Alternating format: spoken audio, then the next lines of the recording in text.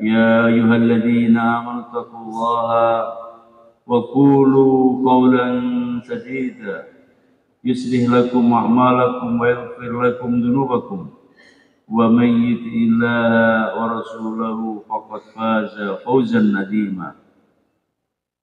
صدق الله العظيم. Hadirin yang dimuliakan Allah Subhanahu wa taala, kita semua di sini duduk dengan perasaan sebagai hambanya Allah Subhanahu wa taala dan sebagai umatnya Nabi Agung Muhammad sallallahu alaihi wasallam.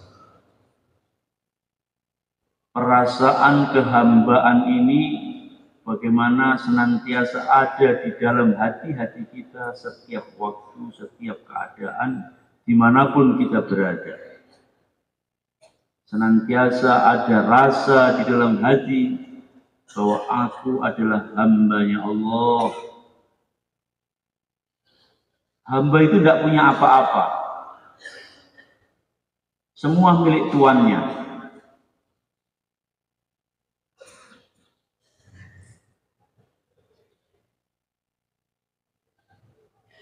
Dan hamba itu, hari mulia,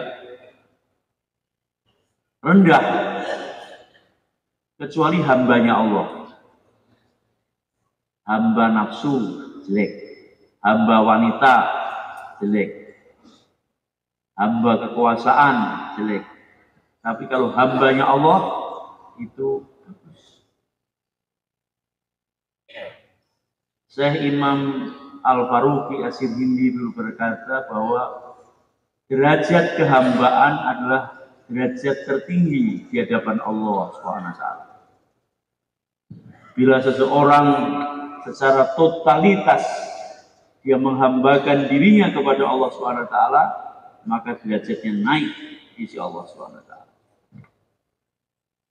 Walaupun dia pasukan kuning penyapu jalan, tapi dia telah mewujudkan kehambaannya di hadapan Allah SWT, maka derajatnya naik di sisi Allah.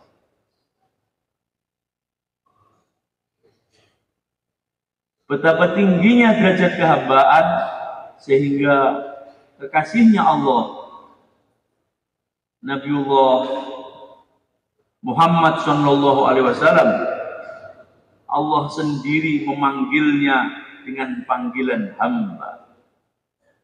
Dan Rasulullah sendiri ketika ditawari, "Ya Muhammad, mana yang kamu pilih?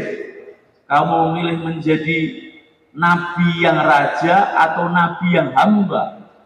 Maka Rasulullah sallallahu alaihi wasallam beliau memilih menjadi nabi yang hamba.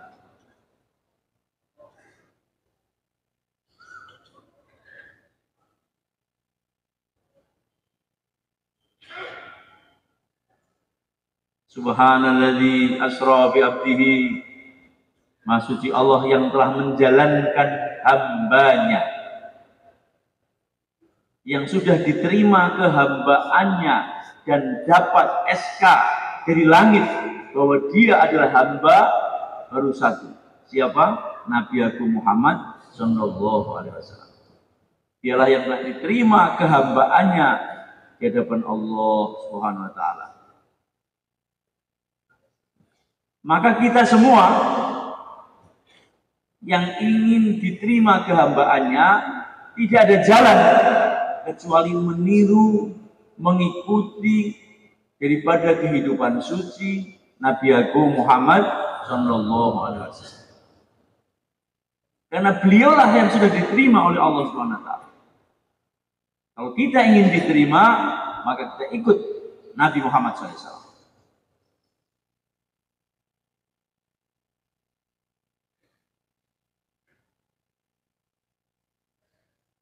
Hamba itu hari mulia tidak punya apa-apa. Dirinya milik tuannya, kerjanya untuk tuannya, dapat upah diberikan tuannya, anaknya jadi budak juga milik tuannya. Itu hamba. Maka demikianlah kita di hadapan Allah Subhanahu wa taala. Kita enggak punya apa-apa. Diri kita milik siapa? Allah. Hidup kita milik siapa? Allah. Waktu kita milik Allah. Semua milik Allah Subhanahu wa taala. Tidak ada yang memiliki aku kecuali Allah Subhanahu wa taala. Tidak ada yang memiliki aku kecuali Allah, dan tidak ada yang aku miliki kecuali Allah. Katanya orang India, me kuch nahi hai, mere kuch nahi hai. Aku tidak punya apa-apa dan tidak ada yang aku miliki. Itu hamba. Nah, karena kita ini hamba-hambanya Allah, maka aku tidak punya apa-apa dan tidak ada yang memiliki aku kecuali Allah. Nafas kita miliknya Allah, kedipan-kedipan mata kita miliknya Allah, langkah-langkah kaki kita miliknya Allah Subhanahu wa taala.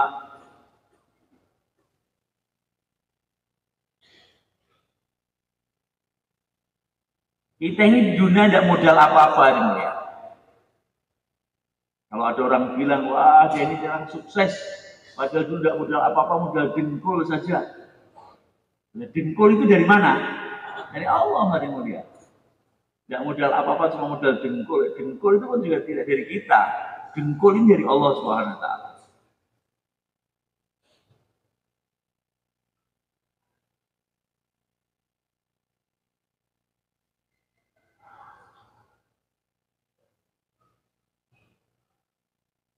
Kita dari Allah, kita untuk Allah, kita menuju kepada Allah.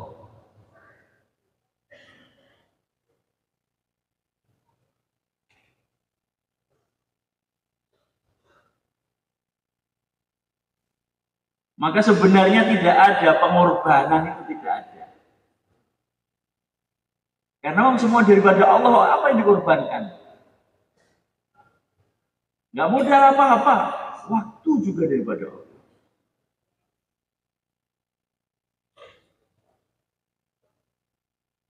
Diri kita daripada Allah, sehat daripada Allah,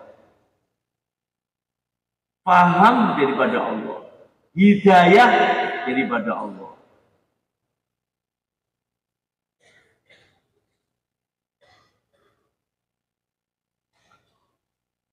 Bisa bicara karena atas pertolongan Allah, bisa jalan atas kuasa daripada Allah.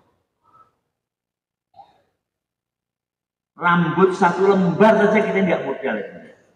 Ini rambut itu pun dari Allah Subhanahu wa taala. Kita lahir nggak bawa apa-apa, telanjang bulat nggak bawa apa-apa. Dalam keadaan lemah kemudian Allah menguatkan kita. Lahir dalam keadaan miskin, tidak punya apa-apa, tidak punya harta, kemudian Allah mengkayakan kita. Lahir di dunia dalam keadaan bodoh, bicara tidak bisa, baca tulis tidak tahu, bodoh. Allah kemudian memandaikan.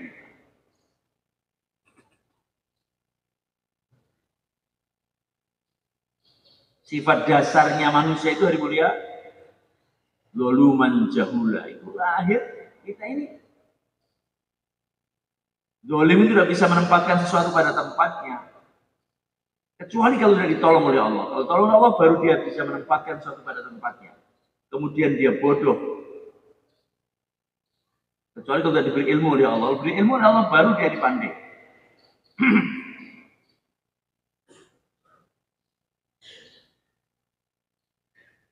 Sifat dasarnya manusia lahir dalam keadaan bodoh, dalam keadaan zalim, dalam keadaan fakir, tidak punya apa-apa. Ya ayuhan nasu antumul fuqara'u ilallah wallahu wal ghaniyyul hamid. Wahai manusia, sesungguhnya engkau fakir di hadapan Allah. Kita berhajat kepada Allah Subhanahu wa taala hari ini. Sesungguhnya Allah adalah zat yang maha kaya, yang maha mulia.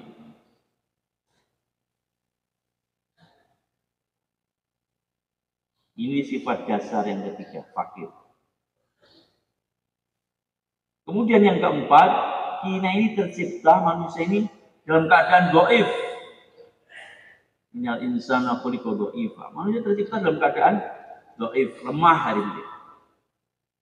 Kekuatan kita lemah dibandingkan dengan gajah dan kuda kerbau, lebih kuat gajah, kuda dan kerbau. Pandangan mata kita lemah dibandingkan dengan elang yang bisa melihat berapa puluh kilometer itu elang, jam pandangan matanya. Kecepatan lari kita kalah dengan pitik ayam. Kalau lomba lari Paijo dan ayam atau Paidi dan ayam, pasti Paidi kalah. La ilaha illallah. Inilah sifat dasarnya manusia. Dolim, jahil, fakir, dhaif.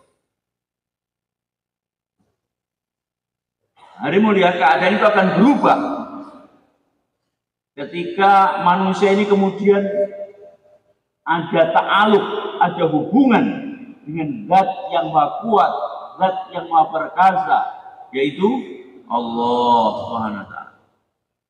Ketika dia ada hubungan dengan Allah Subhanahu wa taala, maka akhirnya dia yang lemah, dia akan menjadi kuat.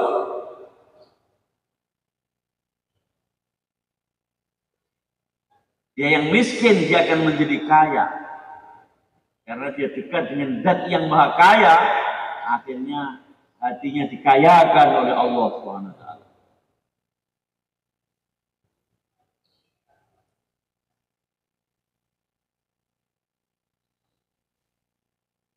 Karena dekat dengan zat yang maha adil, akhirnya Allah memberi keadilan kepadanya.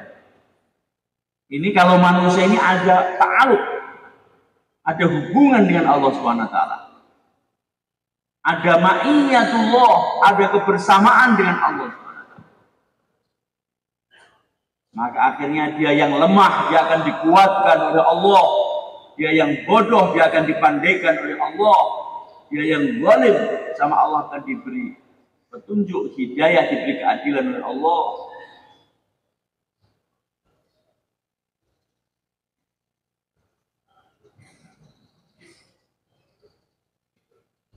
Karena itulah hari mulia, tidaklah maksud kita dalam usaha agama ini kecuali untuk mendapatkan kedekatan dengan Allah Subhanahu wa taala. Mendapatkan makom namanya qurbah ilahiyah, kedekatan dengan Allah.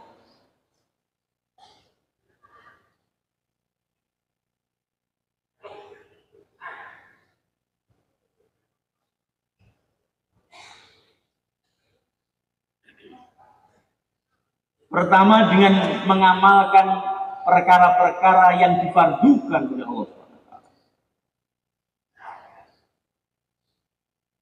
Setelah itu disibukkan terus-menerus dengan perkara-perkara sunnah. Sehingga kalau begitu nanti Allah akan katakan pendengarannya, aku akan menjadi pendengarannya.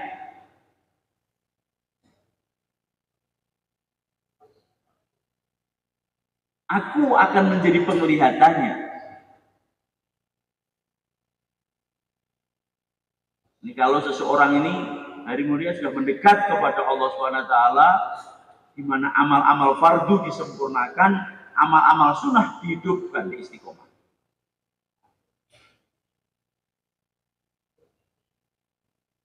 Akhirnya dia menjadi hamba yang dicintai oleh Allah SWT. Kalau dia minta pertolongan, Allah akan menolongnya. Dia minta perlindungan, Allah akan melindunginya.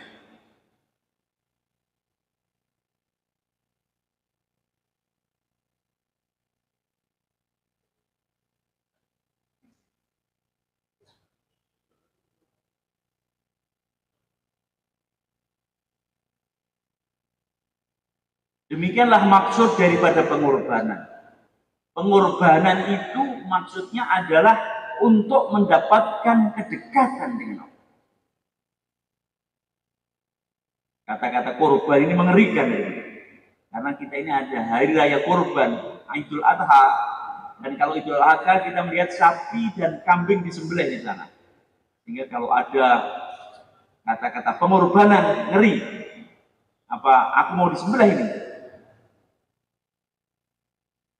Tadi sebelum saya subuh tadi ke masjid, maka satu penanggung jawab beritahu, ini nanti bayinya pengorbanan Pak. Bayinya apa nih? Bayi pengorbanan ya. Wah, gawat ini. Bayi pengorbanan ini mau ada penyembelihan. La ilaha illallah. Korban itu untuk kedekatan, untuk taqarrub ilallah, untuk mendekatkan diri kepada Allah SWT.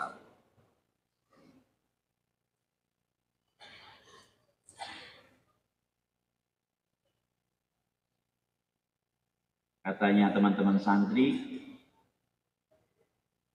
itu korban itu koroba ya probu korban daripada mendekat pada.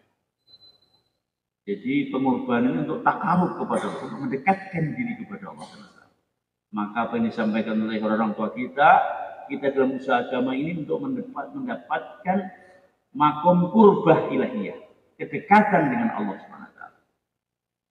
Untuk mendapatkan Allah dalam kehidupan kita. Maksudnya mendapatkan ridhonya Allah di dalam kehidupan kita.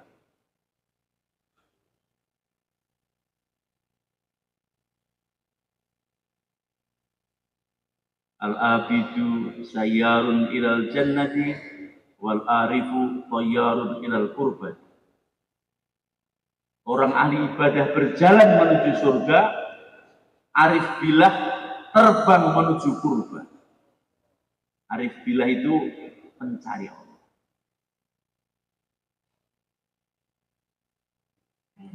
Yang diingati Allah, yang dibicarakan tentang Allah, perintah-perintahnya Allah, menjauhi larangan-larangannya Allah, kerjanya menghidupkan agamanya Allah. Allah menjadi maksud dan tujuan dalam kehidupan. Ilahi anta maksudi wa ridhoka matlubi.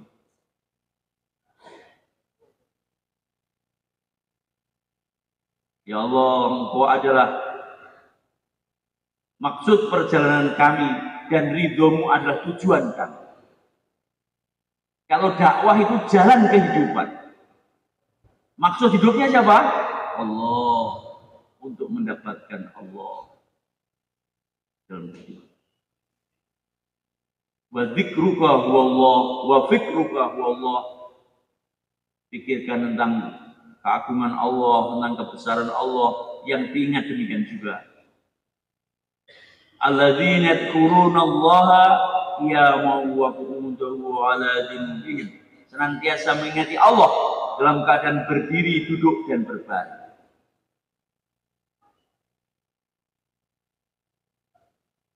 Ingat kepada Allah itu tidak usah banyak-banyak ya. 24 jam saja. Bagaimana insya Allah? Tidak usah banyak-banyak. Pokoknya 24 jam saja bagaimana ingat kepada Allah. Mau makan, ingat kamu. Mau tidur, ingat kamu. Siapa? Allah. Berjalan, ingat kamu. Pergi, ingat kamu. Bismillahirrahmanirrahim. Naik kendaraan, subhanalladzi sakhkhara hadza wa ma kunna lahu muqrinin.